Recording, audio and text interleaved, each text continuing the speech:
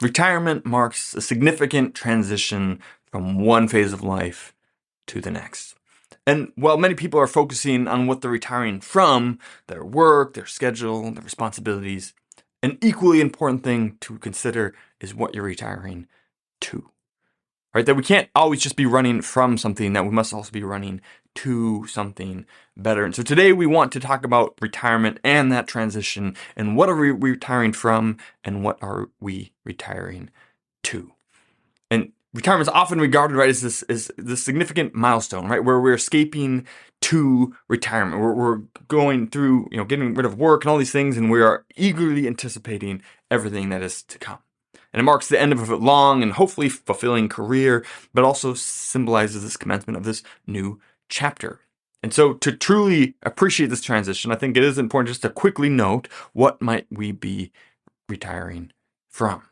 And the most obvious one, right, of course, is work and careers. That for most people, they've worked the 9 to 5, Monday through Friday, or maybe some other schedule for decades of their life. And so with no more deadlines, no more office meetings, no more workplace responsibilities, it's a time to bid farewell to all those professional duties and responsibilities, and even that identity that you cultivated over the years and decades, and embrace this new sense of freedom. So most of us we are retiring from our work and our careers. But we're also retiring from structured schedules, right? We no more waking up early and trying to beat the morning rush, no more adhering to strict timelines and rushing from one appointment to the next and sitting in meeting after meeting after meeting. Retirement offers this luxury of time and freedom to decide how we spend our life. And so we're retiring from largely structured schedules. Retiring from work-related stress, right? One of the most liberating aspects of retiring is leaving behind all that work-related stress. The constant pressure to meet targets and deadlines and demands of the job can take a toll on anyone, including their mental and their physical health. And so retirement provides this opportunity to escape all that and to enjoy a more relaxed pace of life. Retiring from commutes and daily commotion. Right? Many of us commute a long ways to work, or even a short way. And either way, whether it's by car, train, bus, anything else, this is something that I think all of us are happy to leave behind when we retire, is no longer having to commute and spending hours and hours of our week in traffic is one of the best things I would think about retiring. We're also retiring from our responsibility for others, right? Whether you are in a management role or just even in a peer role where you still have some kind of responsibility for the work of others as you work together as a team, you can finally put that pressure aside from meeting those expectations, from being responsible for other people's work, and just focused on your own life. And so you're free from the constant constraints of professional performance evaluations and what your boss and peers think of you, and that's just gone, right?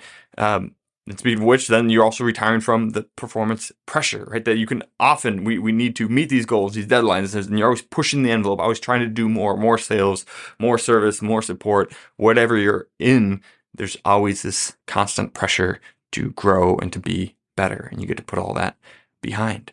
You're also retiring from routine expenses, right? That we often have these, a lot of their income can go to work-related costs, whether it's commuting or lunches or professional attire or all these things, and we can just leave all that behind then when we are no longer working. And so retirement signifies more than just the end of a career, right? It's a departure from all these various aspects of life, from the pressure and the schedules and from the deadlines and all these things, and we get to relax and say goodbye, to retire from all of those issues. But if retiring from is escaping to retirement, then retiring to is refocusing retirement. Okay, now what are we focusing our lives on? And again, traditionally, retirement is often associated with this well-deserved rest from a lifetime of work. However, we're really more moving towards this redefining of meaning in retirement, right? Where it's no longer solely about relaxation, but also about seeking purpose and engagement and personal growth in this next phase of life. We're often fond of saying around here, right? Retirement, the day you retire, is not the finish line. It's mile marker 13.1 in a marathon. And there are still plenty of life left to live. And so how can we not just retire from all those things, but what can we be retiring to? Right. So the first thing might be to identify your passions, right? To say, hey, what am I actually passionate about? What are my interests? For too many of us, we've given up a lot of our passions, our hobbies, our interests in pursuit of work, and work becomes this all-consuming, and careers just consume everything we do. So what are we actually into as a person when work is no longer there to dominate our lives? Are we into art or music or travel or community involvement? And whatever it is, retirement gives you the freedom to really explore these passions. And secondly, then we can set some goals. And goals are not just for people who are working and not just for work. We can set retirement goals to give you direction and motivation, right? And these can be related to your personal growth, your relationships, your health, and really any aspect of life that matters to you.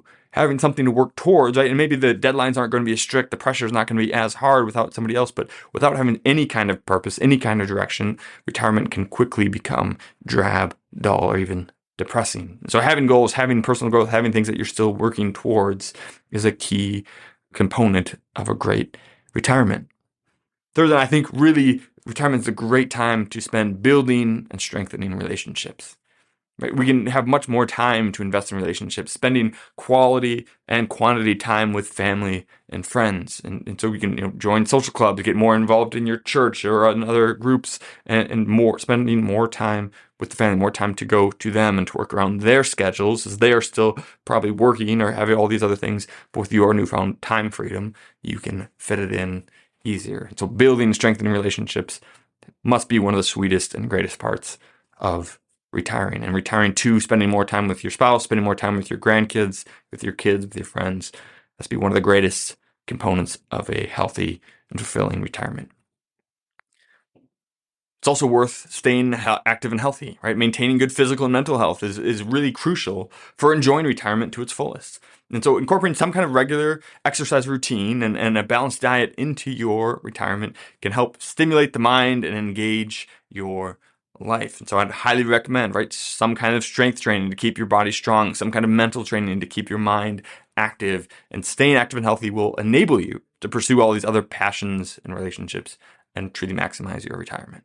Right? So giving also may be a big component of your retirement, whether you're giving or whether you're giving back, right? Some people don't like that phrase. Some people do. Either way, right? Many people can find that giving to their communities and causes they care about just provides immense sense of fulfillment and purpose in their lives. And so instead of spending all of our time just in front of the TV or golfing, right, that we can be spending at least some of that giving to others and reaping the rewards of that in our own lives and seeing the rewards of that in their lives as well.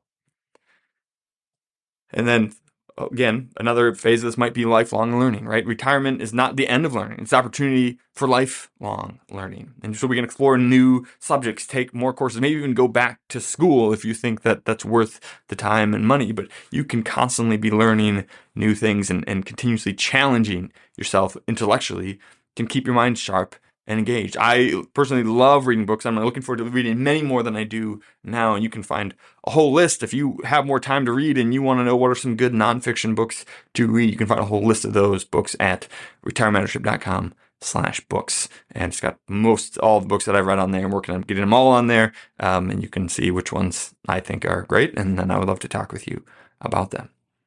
And of course, one of those big components of a successful retirement, then what we're retiring to is good financial planning, right? In order to fulfill all these things, to pursue your passions and relationships and all these, you have to make sure that you're on a solid retirement plan, that you can fund all these things, that you're not worried about.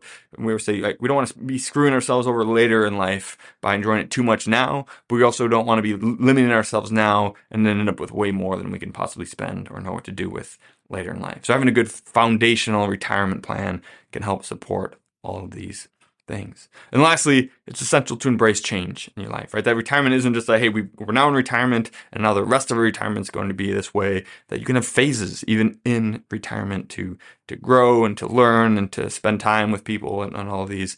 And it's okay to have the flexibility and adaptability to enable you to make the most of this exciting phase. So retiring from and retiring to really are two sides of one coin.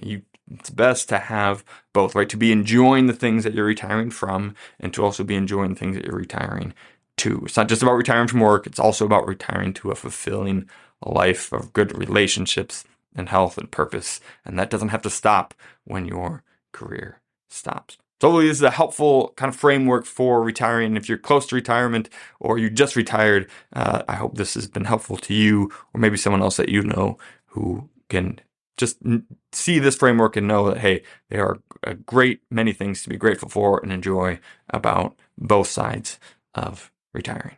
We'll see you next week. Cheers. If you enjoyed that, you would love being part of our free membership community. It's called Retire Membership, and it has a host of benefits, all for free. For example, you can always buy my book, 3D Retirement Income, on Amazon. But if you join us at Retire Membership, we will send you either a hard copy or paperback for free, provide the ebook and the audiobook so that you can listen to it if you don't have time to read it. In addition to that, we'll also provide you with a bunch of content that you can't get anywhere else. For example, we have our quarterly Retire Mentorship magazine, which comes out quarterly and has no ads whatsoever. It's just timely content to help you stay the course. We also have workbooks for our free online workshop to help you get the most out of those, flowcharts to help you make better decisions, and a weekly email to provide timely content that you can unsubscribe from at any time. We never ask for any payment information, and we never share your information with anyone else. We just want to provide timely content and help you stay the course to retire successfully and stay successfully retired. There's no reason to wait, so join us now at retiremembership.com, where you can click in the link in the description and it'll go right there. We can't wait to see you in the community. Cheers. This podcast is educational only and is not investment, tax, or legal advice.